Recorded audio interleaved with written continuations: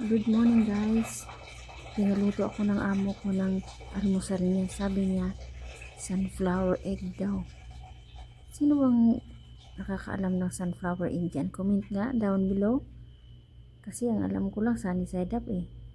Kaya sunny side up lang lulutuin ko sa kanya. Parehas naman siguro yan ng sabi niya. Siguro yung nasa gitna yung egg yolk.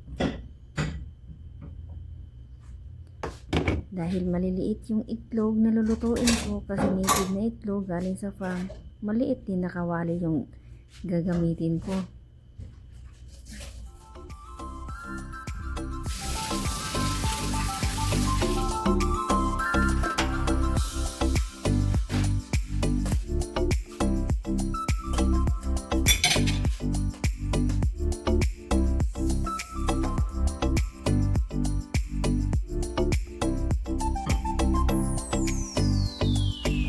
Itlog lang daw kung lulutuin ko. Kasya na daw yun sa almusal niya, sabi niya. Sige, sunflower egg, sunflower oil din gagamitin ko. Joke. Nagkataon lang. Sunflower din yung brand ng mantika.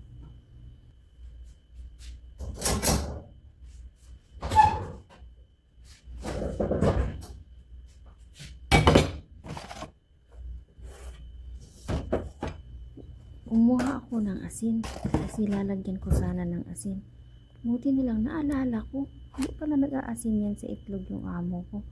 Buti na lang hindi ko nalagyan, kasi kung nalagyan ko wala na, papagalitan talaga ako. First try, tingnan ko lang kung magiging perfect siya.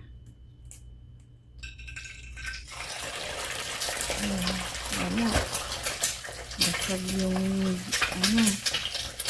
egg yolk. Sayang. Pero okay lang. Para sa nagluto na lang yan. Kasi kailangan pag nagbigay ka sa kanya yung perfect talaga. Maarte pa naman sila.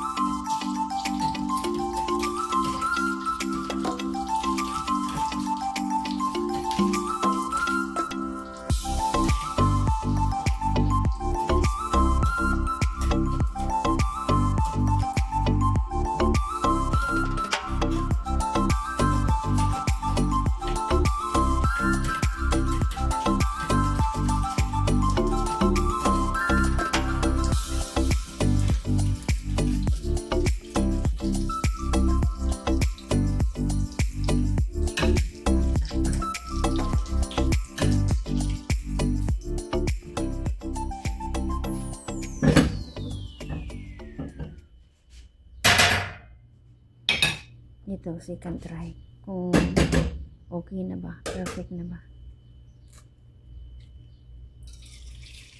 Ayan, good. Ang ganda. Hindi nabasag yung dilaw. Buti na lang. Diyan, tinakpan ko kasi mas maganda pag tinakpan mo, maluluto yung sa taas kaagad. Kasi hindi lalabas yung init ng mantika eh. Kutsara lang ang ginagamit ko dyan sa kasi mas malaki pa yung chance sa kawali ko eh.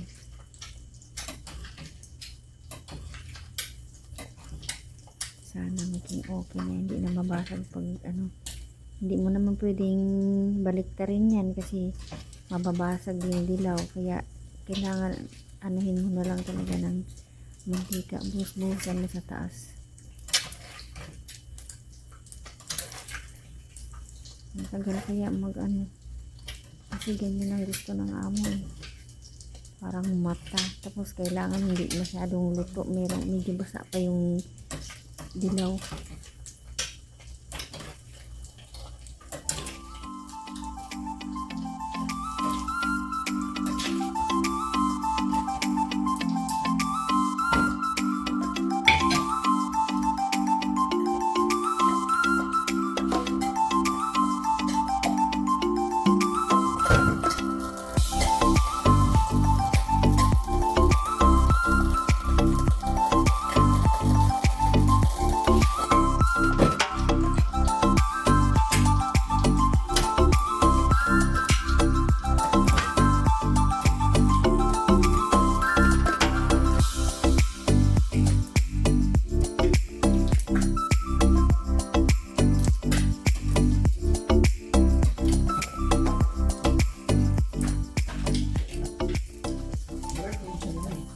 What you will cook today? Ha, Haris? What you will cook today? Sa part na yan, dumating na yung kusinero.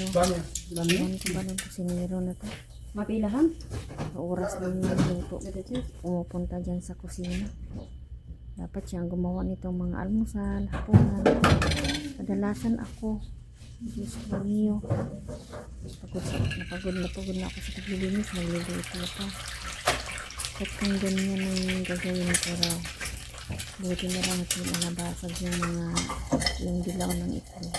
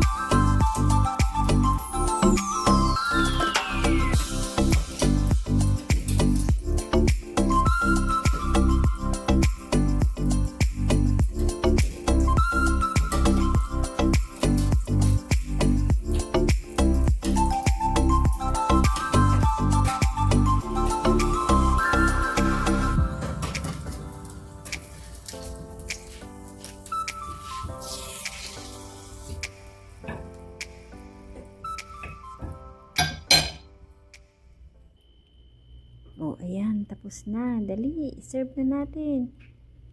Sir, ito na po yung itlog nyo.